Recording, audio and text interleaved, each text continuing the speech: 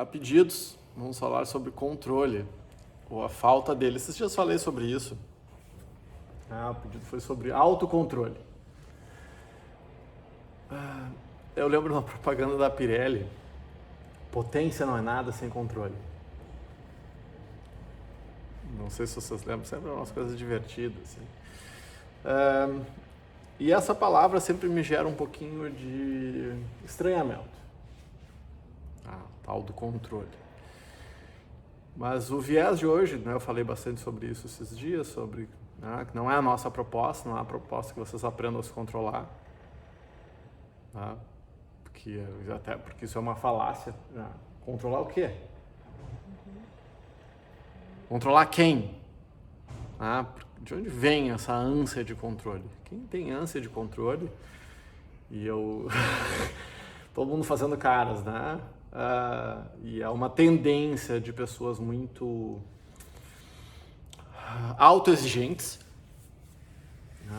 Autoexigentes porque muitas vezes não seguem adiante, porque como não vão sentem que não serão as melhores no mundo no que fazem, então nem começam.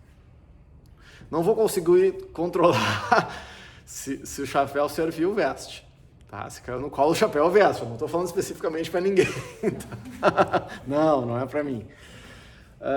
Mas para aquela pessoa que tem essa ânsia de controle, primeira pessoa que sofre muito, e esse vai ser o viés dessa nossa conversa, primeira pessoa que sofre muito com o controle é a própria pessoa. Porque controle não existe. O ser humano, nós, arrogantemente, achamos que podemos controlar tudo. O fogo, o tempo, as pessoas. Tanto que, de regra, eu vou fazer uma interpretação extensiva, como dizem meus colegas juristas, né? Vou fazer uma interpretação extensiva aqui. Talvez por isso que existam tantos pronomes possessivos relacionados a pessoas. Não é? Pronome possessivo, de regra, seria para coisas, não? Porque como uma coisa pode ser tua se ela não é um bem?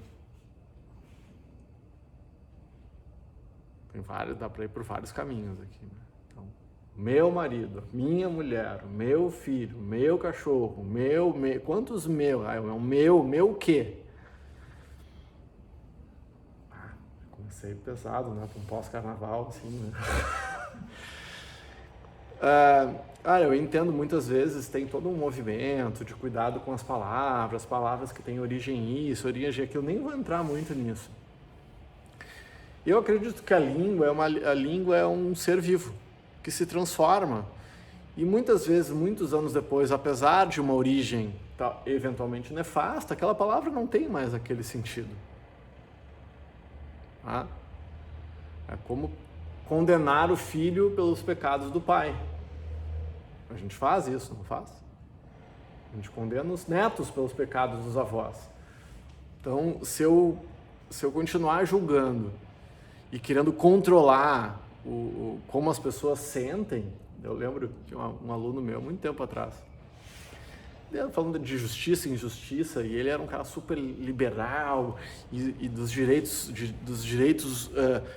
civis e a liberdade civil, que eu sou um super libertário nesse sentido também, mas dentro desse discurso lá pelas tantas, alguém discordava dele, tinha um viés meio ditatorial na conversa, e ele larga a seguinte frase: as pessoas deviam ser proibidas de pensarem assim.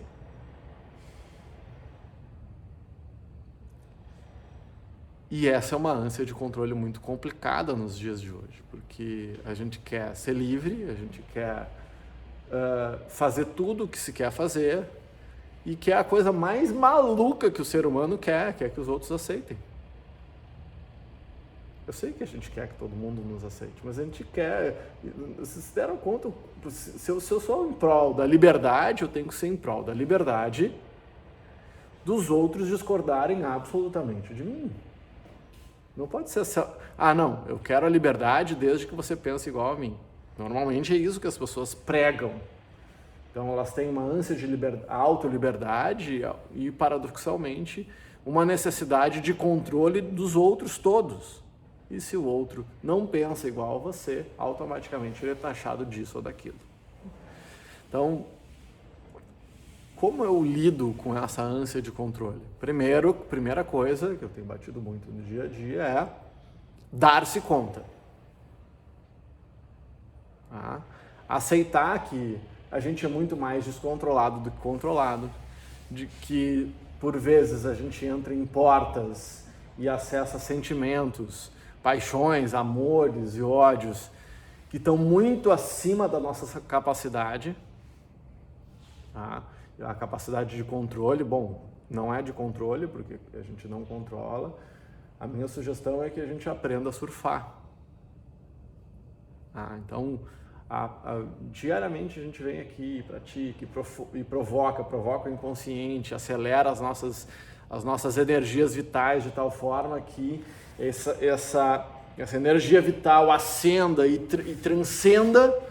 Só que dessas coisas começam a acontecer e o que a gente faz? Se apavora. Ops, abriu a porta errada aqui, uma porta aqui. Mas autoconhecimento, a proposta de autoconhecimento, verdadeira, profunda e robusta, é que a gente abra todas as portas.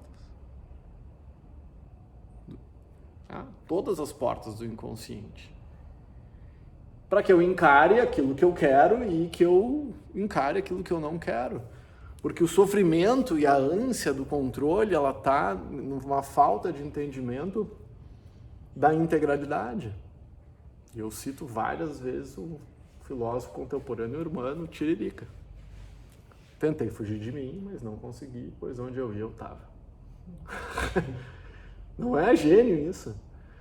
Então, essa caminhada, inexoravelmente, obviamente, a gente vai ter coisas que nos assustam e que eu não gostaria que isso fosse parte de mim. Então vai dizer que era para ser, né? Era para ser.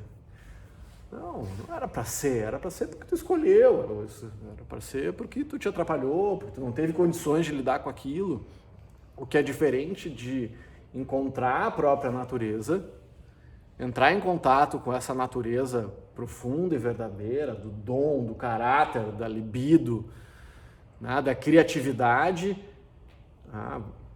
Com mais de 40 hoje, várias das coisas que eu identificava como criança e que eu passei a vida inteira reprimindo, hoje assim, eu hoje escolhi com maturidade dar vazão para criatividade, para generosidade, porque até isso a gente tem que cuidar, né? Tu é muito carinhoso, muito generoso. Eu lembro do meu pai dizendo desde que eu era pequenininho, Fabiano, tu não pode ser tão legal com as pessoas. Como que uma criança interpreta uma frase dessa? Tu não pode ser tão legal com as pessoas. Porque se tu for legal desse jeito, as pessoas vão passar por cima de ti. Vão pegar teu coração e pisar em cima. E muitas vezes não é por mal, é por medo. Mas o que eu aprendi nesses 42 anos, e muitos deles dedicados ao autoconhecimento, desde o karatê aos 8 anos, né, o próprio The Rose Método, meditação e assim por diante, é que a dor é inexorável. Isso eu aprendi com as minhas lesões, quando eu rompi os ligamentos do ombro. Foi uma das lições filosóficas mais profundas que eu aprendi, porque meu ombro estava sempre doendo depois que eu rompi os ligamentos do ombro. Daí eu fui no médico e disse, olha, mas eu não quero parar de treinar, eu quero continuar fazendo as coisas que eu faço. E o meu médico disse, Fabiano, se tu não parar de fazer tudo que tu está fazendo, vai doer. Se tu fizer tudo que tu faz, também vai doer. Então tu escolhe qual é a dor que tu quer. Tu quer a dor de fazer ou a dor de não fazer. E aí, ao fim e ao cabo, eu escolhi as dores de quem faz. Pelo menos fiz, né? E aí bati a cara na parede e tá tudo certo. Mas a dica é, na dúvida, se joga. Depois a gente ajuda, os amigos ajudam a juntar os pedaços e a gente vê o que faz. Manda o vídeo aí para um amigo que tá espedaçado, tá precisando ouvir isso aí.